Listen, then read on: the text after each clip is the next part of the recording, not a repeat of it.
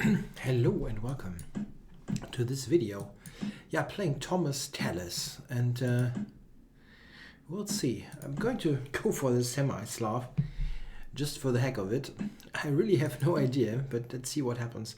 I recognize that I never played this on video much. I could go to the Botvinnik, but okay, let's do this main line here, which neglects one of my one of my rules. Never play b5 and g5 in the same game, because it makes your position look like a bunch of holes. Okay, queen to e1. That's a funky move. You want to go, what does he want to do here? d5 maybe. Okay, I think maybe getting this bishop is an idea. The good thing about black's position is I've got a pawn, and it's better to have one than being one pawn down. Yeah? Chess wisdom 101.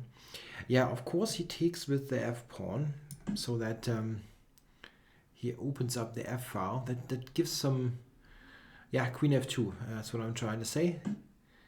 Makes some sense. Okay, knight e4 is coming.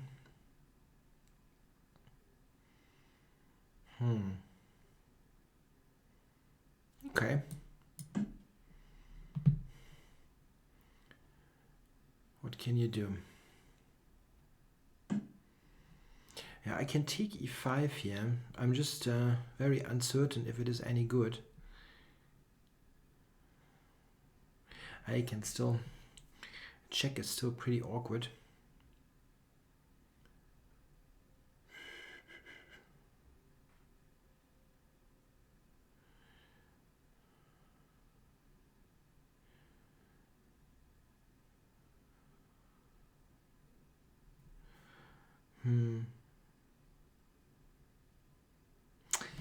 Yeah, this is the kind of situation that I always feel I've got problems with. It's kind of completely messy.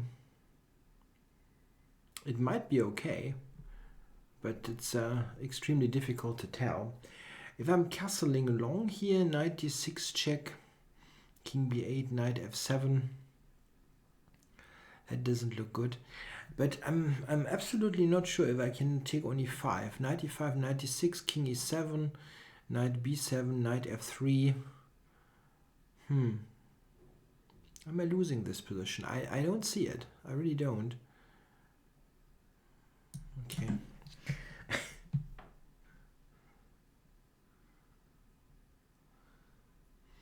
He has to give the check now. Check. Knight e5, bishop e5, rook f7, king d6.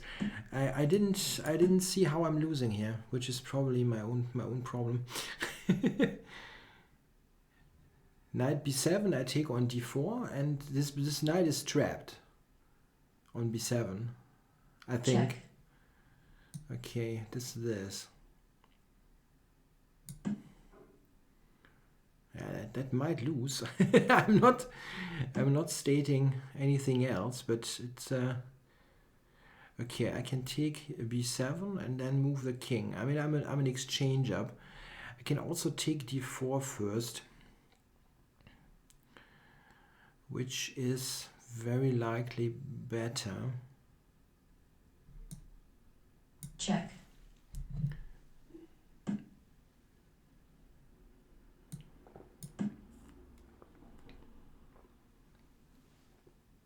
Check. Okay. Yeah, king is not comfortable, but I still don't see how I lose here. Queen e5. I mean, like bishop g4 and queen e5, this kind of thing. But I can go to b6. It's not such a huge deal. Check.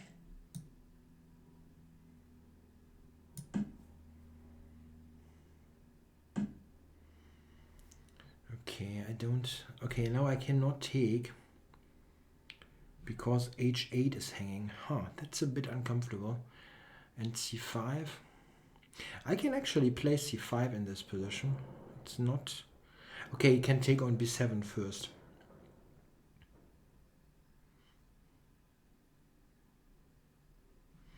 Okay, then I have to go back here, I guess.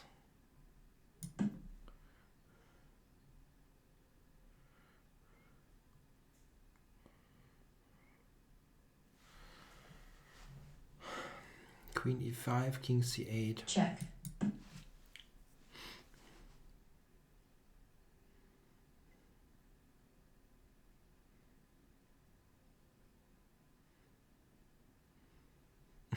Yeah, this kind of thing is why I don't play this line normally, because you always get this kind of weird positions where you are material up and they kind of hunt your king. It's very often winning if you see it as a kind of mathematical exercise, but it's not easy to prove.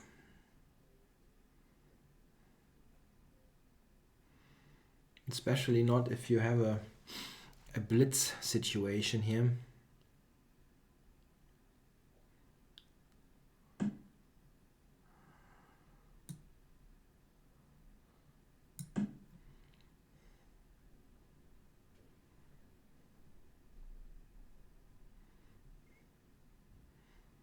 Yeah, I'm not sure about this, but I have to get going. If I get the king to b7, it should be reasonably safe.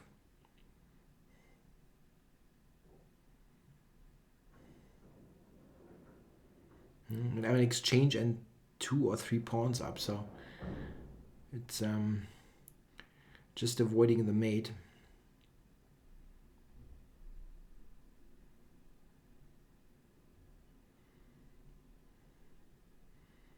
And I will take on d4. Check. Very soon.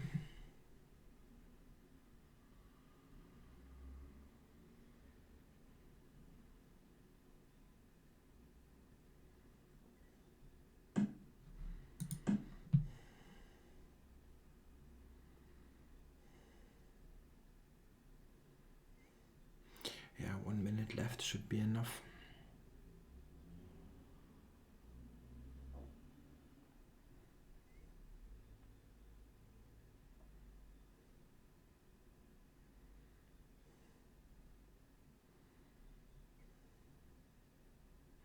Bishop e2, I expect.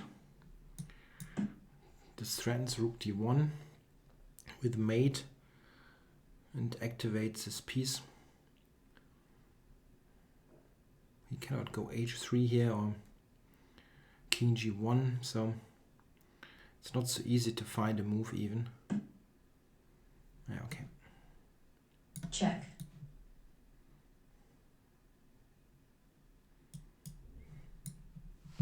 White resigns. So I weathered this storm. Yeah, it's immensely tough, this line. I think that theoretically black should be okay, but yeah, just very tough to play. I cannot really tell you anything about the theoretical evaluation here. Queen e1, however, I have a hard time that this should be good. I think they normally play the queen to c2, but there are various ways of doing this. h4 first, I mean before castling with, I don't know. Oh, this looked normal to me, let's say. Knight h5, grabbing the bishop. Bishop is always a very dangerous piece in this situation because most of my weaknesses here are dark squared weaknesses, so I like to get rid of his g3 bishop. Yeah, taking with this opens up the f file at least. And maybe I should just play bishop e7 now instead of bishop g7. This e5 knight e4 was certainly tricky. And I'm absolutely unsure if I can take on e5 now. That might just lose. It does lose, okay. The computer is on +5. Okay, so that doesn't work at all. Check. Check. And now knight e5, bishop e5, rook Check. f7. I took on d6. Huh. There must be a complete win. Oh, queen b4 check. I totally missed queen b4. That's mate. But he missed it as well. Oh, I totally did not see Check. this move. Oh my goodness. Ah, that's painful. Yeah, it's a Checkmate. it's a mate. Check. Checkmate. Yeah, I had this nagging feeling that there's something wrong. Oh god. Yeah, okay, and now Check. I'm winning. Check. He has some, well, Check. this is what he did. Yeah, some swindling chances, but there's Check. no real compensation here. Yeah, Check. and then he ran into the mate. Wow, that was immensely lucky. Yeah, this is the thing. In this kind of line, I always hate to have my king exposed. It's just that b5 and g5. You never know where to go with that, with the king. I probably should castle here then. Or play bishop e7. That might be better. If he now goes for this, I can even think of castling long, like queen b6 and long.